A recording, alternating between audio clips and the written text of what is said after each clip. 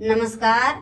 आज हम बहुत ही हेल्दी और स्वादिष्ट लड्डू बनाने वाले हैं, क्योंकि आज हम जो लड्डू बनाएंगे ये सेहत के लिए बहुत ही फायदेमंद और प्रोटीन विटामिन से भरपूर हैं। अगर घर में किसी को चीनी खाना नहीं पसंद है तो इस लड्डू को बेझिझक खा सकते हैं। यह लड्डू जल्दी खराब नहीं होगा। इसे आप एक बार बनाकर काफी समय तक खा सकते हैं। लड्डू बनाने के लिए हमने यहाँ पर 200 ग्राम खजूर लिया है। खजूर के अंदर जो बीज है उसे हमने निकाल दिया है, इसमें बीज नहीं है।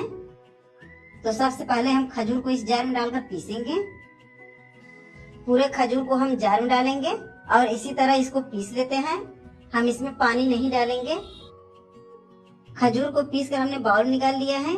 अब इसे हम साइड में रख देते हैं और बाकी के सामानों को तैयार करेंगे। उसके लिए हमने गैस पर कढ़ाई रख दिया है। कढ़ाई में हम डालेंगे 2 चम्मच देसी घी और घी को गर्म होने देते हैं।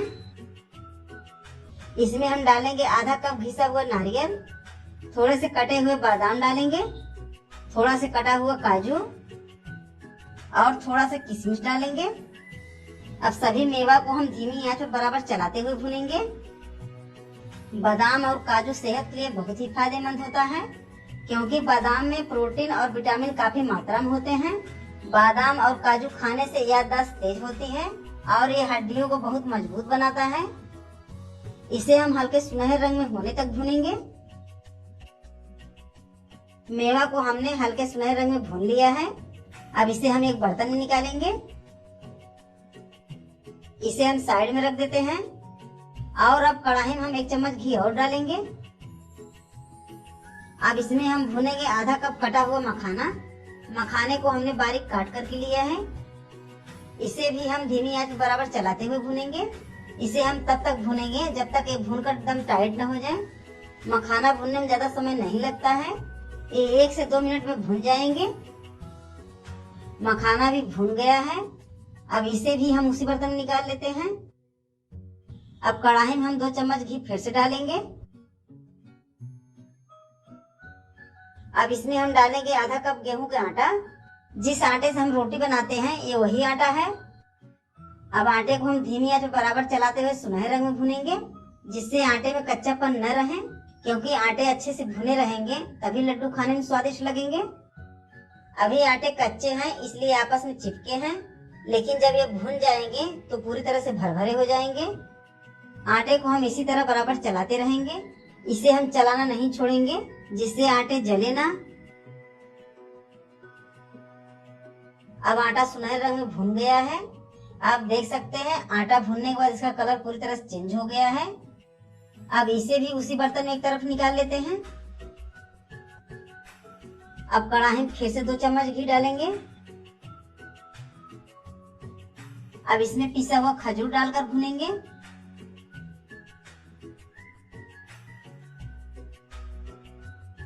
खजूर को हम बहुत ज्यादा देर तक नहीं भुनेंगे। इसे हमें केवल 1 से 2 मिनट तक धीमी आंच पर भुनना है, क्योंकि खजूर हल्के भुने रहेंगे तो लड्डू जल्दी खराब नहीं होंगे और उसे आप काफी समय तक स्टोर करके रख सकते हैं। खजूर में इतनी मिठास होती है कि इसमें चीनी डालने की जरूरत नहीं पड़ेगी और ये नुकसानदायक भी नहीं होता है। घर में अगर कोई चीनी खाना नहीं पसंद करता है तो इस खजूर वाले लड्डू को आराम से खा सकता है। खजूर भी भुन गया है। इसे हमने लगभग 2 मिनट तक भुना है। अब गैस को हम बंद करेंगे और लड्डू बनाना शुरू करेंगे। अब सारे चीजों को हम एक बड़े बर्तन में डालेंगे। सभी मेवा को हमने बारीक काट करके लिया था, इसलिए हमें इसे पीसने की जरूरत नहीं है।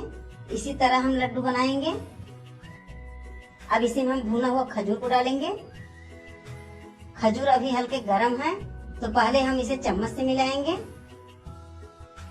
ध्यान रहे अगर आप इस तरह से घर में लड्डू बना रहे हैं तो पानी बिल्कुल न डालें, क्योंकि अगर आप पानी डालकर लड्डू बनाएंगे तो लड्डू जल्दी से खराब हो जाएंगे, इसलिए पानी आप बिल्कुल न डालें। अब इसे हम हाथ से अच्छे से मिलाएंगे। सारे चीजों को हमने अच्छे से मिला लिया है। अब हम इसका लड्डू बना लेते हैं।